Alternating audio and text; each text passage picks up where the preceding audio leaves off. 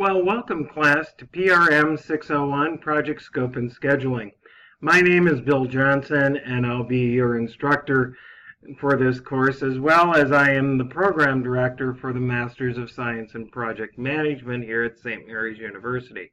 So if you have any questions regarding this course or your degree that you are working on, don't hesitate to reach out to me by email or messaging or phone, and I'll be more than happy to answer any of those questions. So you might be wondering, what is PRM 601 really all about? Well, we take you through the initiating process where we look at an organization's needs, develop some solutions to those needs, and then document those solutions in what is known as the statement of work, and then move into the planning process for your projects, specifically looking at developing three interrelated but individual baselines, those being the scope baseline, the schedule baseline, and the budget baseline. So that's really what PRM 601 looks at. Looks at the initiating process along with the budget process for your projects. Now, we'll be using two textbooks in order to do that exploration. The first, of course, is the Holy Grail of project management, the PMBOK Guide, the 6th edition. I very much hope you have a copy of that, as well as the second book, which is Project Management Achieving Competitive Advantage by Jeff Pinto. And this, again, is the 5th edition. As I said, I really hope you have both of those textbooks, as you'll need them this first week. Speaking of the first week, let's take a quick overview of how the weeks will go down. In week 1, we really focus on the initiating of your project, where we look at the need that an organization has, as well as developing solutions and then documenting that in what is known as the Statement of Work, or SOW, as well as the charter for your project. So that's really week 1. We look at developing those documents.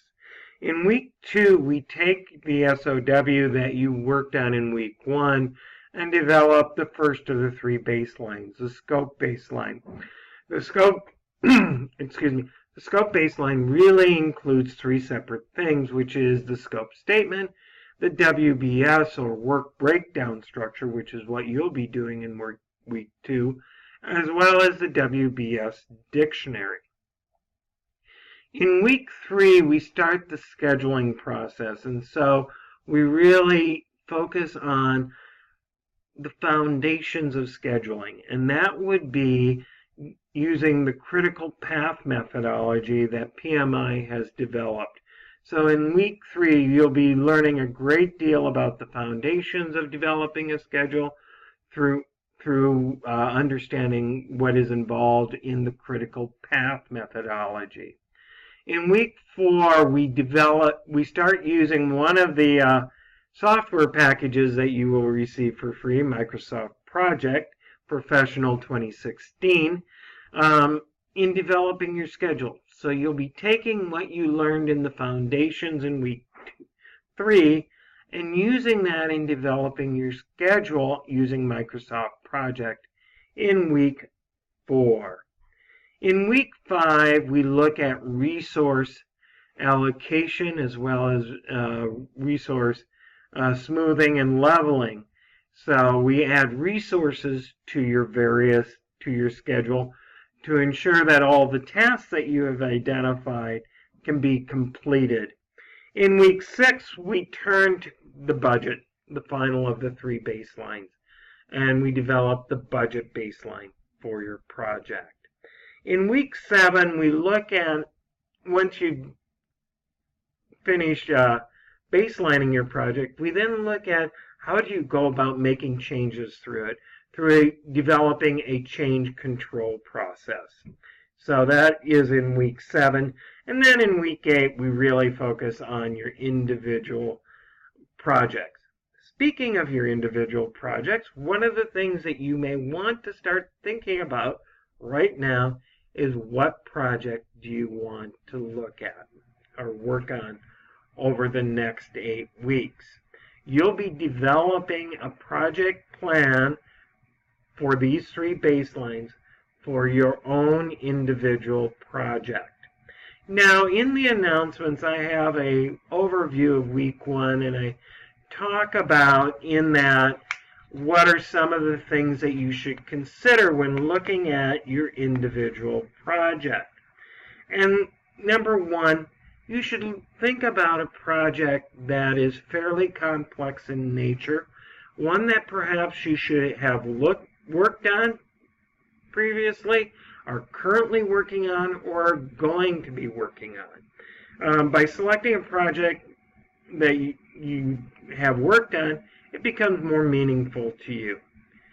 The second criteria for thinking about what project you want to work on during this class is it needs to be part of an organization or business, either a nonprofit or a business that exists. The third one is it needs to be complex enough to have at least 50 various activities or tasks involved with it. A minimum of 50, probably no more than 75. And I give you some examples that you may want to think about. Building a house, for example, or a building, holding an event with, say, 1,000 people, building and implementing a new software package that has a number of functions, perhaps doing a capital campaign fundraising effort for a nonprofit, or developing a new product that can be used, that will be launched for the general population, perhaps like a cell phone or a tablet or something on that. Your project needs to have 6 to 10 high-level deliverables. Now, you're probably wondering, what is a deliverable? We'll get into that in week 1 when we talk about the initiating process. It also needs to have should have a duration of a minimum of 3 months, and probably should be closer to 6 months when it is complete. And I encourage you to be creative. Think about what projects you've been involved in the past, what projects you're working on currently, or what projects you are working on in the future. Be careful though. You'll be working on this project throughout the class. So pick something that is of importance to you, that interests you. I will be approving your projects once you develop a rough draft of your statement of work that you'll be uploading into the discussion on week 1, and we'll get into that a little bit later, and making sure that it meets all of those standards that I have set out there. So that's the individual project. So you may want to start thinking about that right now. What project do I want to work on over the life of this class? The last thing I want to talk about in this introduction video is that you will be introduced to a number of new software applications that exist out there. Microsoft Project is perhaps the most prominent one that you will be exposed to. Also, Visio will be another one. Now, you will receive an email in your smumn.edu email inbox that says an account has been created for you. It's from DreamSparks SMU, and that is your authorization to have special access to DreamSparks, which is where you will be downloading those software packages free of charge for you. Some of the other ones, you'll be doing VoiceThread presentations and a few other ones. But I encourage you to start downloading Microsoft Project as well as Visio as soon as possible, as you'll need those as you start doing your work in the class. So do look for the download instructions in the announcements, as well as that email that I talked about there. So with that, welcome to PRM 601, Project Scope and Scheduling. I really look forward to the next 8 weeks as we explore the various tools, techniques, and processes that we need to go through in order to plan your individual projects that you'll be working on. Start thinking about that. Thinking about what is the project I want to work on over the lifespan of this class. Again, if you have any questions, please don't hesitate to ask. And I look forward to the next 8 weeks. Have a good day.